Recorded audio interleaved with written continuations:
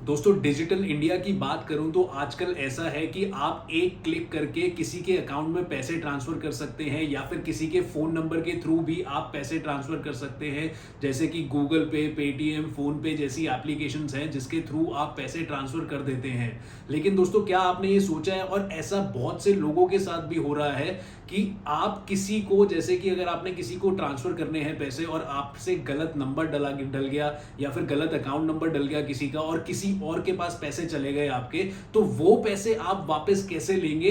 तो आज मैं आपको इस वीडियो में बताऊंगा कि आपको अपने पैसे कैसे वापस लेने हैं अगर आप किसी को गलत ट्रांसफर कर देते हैं। तो दोस्तों इस वीडियो में आप शुरू से लेकर एंड तक बने रहिएगा ताकि आप कोई भी एक इंपॉर्टेंट इंफॉर्मेशन मिस ना करें। और अगर आपके साथ ऐसा हो, अगर आप किसी को रॉन्गली ट्रांसफर कर देते हैं पैसे, तो आप अपने पैसे वापस ले सकें। तो दोस्तों बढ़ते हैं हम सबसे पहले स्टेप की तरफ, जो कि बहुत ही इंपॉर्टेंट स्टेप है। ये आपको याद होना चाहिए। सबसे पहला स्टेप ये है कि जब भी आप किसी को पैसे ट्रांसफर करते हैं तो आपने देखा होगा कि आपका जो फोन नंबर होता है, जो आपके अकाउंट से अटैच्ड होता है, उस फोन नंबर में एक मैसेज जरूर आता है, डेबिट का मैसेज।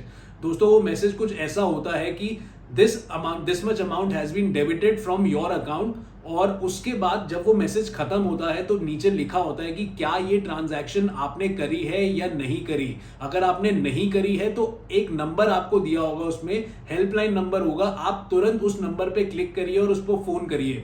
और दोस्तों जब भी आप किसी को रॉन्गली ट्रांसफर कर देते हैं तो आपके पास डेबिट का मैसेज आएगा। आप उसी हेल्पलाइन नंबर में जो उस डेबिट मैसेज में मेंशन होगा, आप उसी हेल्पलाइन नंबर पे तुरंत कॉल करिए और उनको अपनी पूरी चीज बताइए कि आपसे गलती से वो ट्रांजैक्शन हो गई और आपको आपके पैसे वापस चाहिए।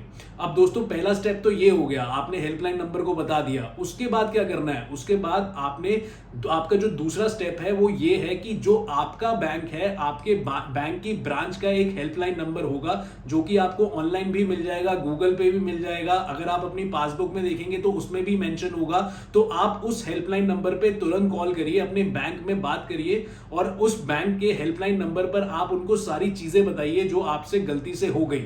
फॉर एग्जाम्पल आपने किसी को गलत ट्रांसफर कर दिया, चाहे पेटीएम के थ्रू करा है, चाहे कोई गूगल पे के थ्रू करा है, चाहे नेट बैंकिंग के थ्रू करा है, आपने ऑनलाइन किसी को गलत ट्रांसफर कर दिया, तो वो सारी चीज आप हेल्पलाइन नंबर पे फोन करके बताइए और एक कंप्लेंट रजिस्टर कराइए।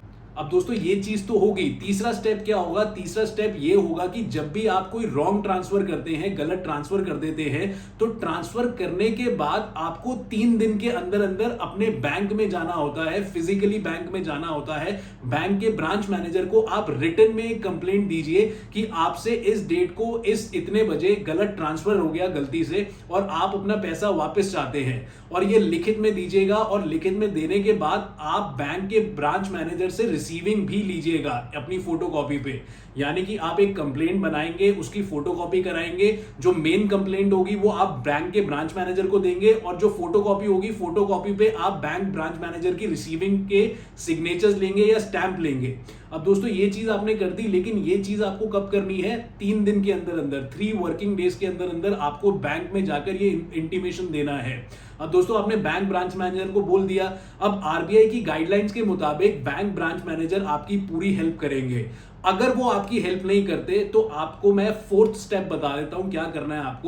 आपको स्क्रीन पे दी हुई वेबसाइट पे जाना है। इस वेबसाइट का नाम है bankingombuddsman.rbi.org.in पे जाकर एक कंप्लेंट रजिस्टर करनी है अपने बैंक के खिलाफ, अपने बैंक ब्रांच मैनेजर के खिलाफ। दोस्तों ये ऑनलाइन पोर्टल है जो कि आरबीआई ने बनाया है, और आरबीआई इस पे सारी कंप्लेंट्स जो आती हैं बैंक के खिलाफ वो रिजॉल्व करते हैं। तो दोस्तों अगर बैंक के ब्रांच मैनेजर आपका साथ नहीं देते तो आप इस वेबसाइट पे जाके उनकी कंप्लेंट रजिस्टर करा सकते हैं।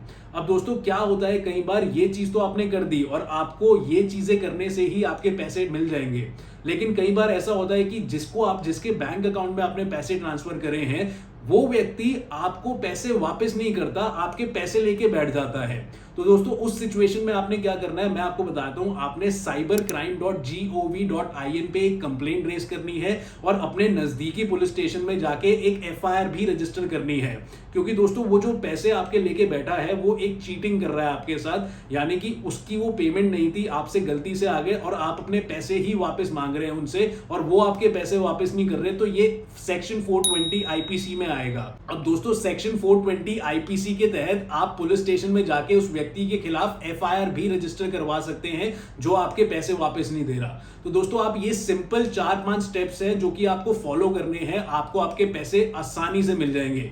और दोस्तों आप ऐसी ही जानकारी के लिए मेरा Facebook page legal Baba please follow करते रहिए और मेरी वीडियोस को जितना शेयर कर सकते हैं उतना शेयर करिए ताकि ज्यादा से ज्यादा लोगों तक ये इंफॉर्मेशन पहुंच सके और किसी के साथ ऐसा कोई गलती होती है किसी से तो वो गलती सुधार सके अपनी। Thank you.